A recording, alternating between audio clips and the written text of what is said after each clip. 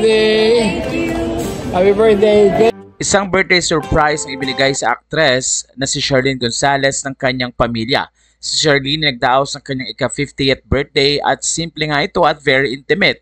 Kaya naman natuwa ang mga fans dahil makita nga doon na kumpleto ang family ni Sherlyn at nandoon din ang anak ni Aga Mulak na si EG Boy at nakipag-celebrate nga sa birthday ng kanyang stepmom. Narito ang naging mensahe ni Sherlyn.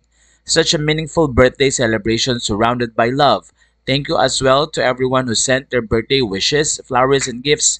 You all brought a smile to my face. I'm grateful for the friendships through the years. My birthday wish is continued happiness and blessings to all.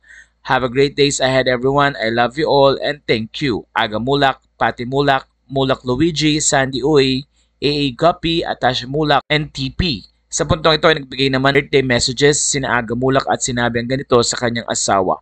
God bless your heart, happy birthday, and we love you. Ayon kay Aiko, happy birthday. Nagbigay din ng mensahe si Jackie Lublanco, Patricia Javier, Sunshine Cruz, Ann Curtis, Rufa Gutierrez, at Donna Cruz. Nandun din ang pagbati ni Maris Nacal at Casey Concepcion. Sa puntong ito ay marami ang mga taong nagmamahal kay Sherlyn at marami nga ang bumilip sa kanya kung paano niya pinalaki ang kanyang kambal na ngayon ay kasama rin nila sa kanilang mga show sa TV5. Narito ang ilan sa mga highlights ng nasabing celebration.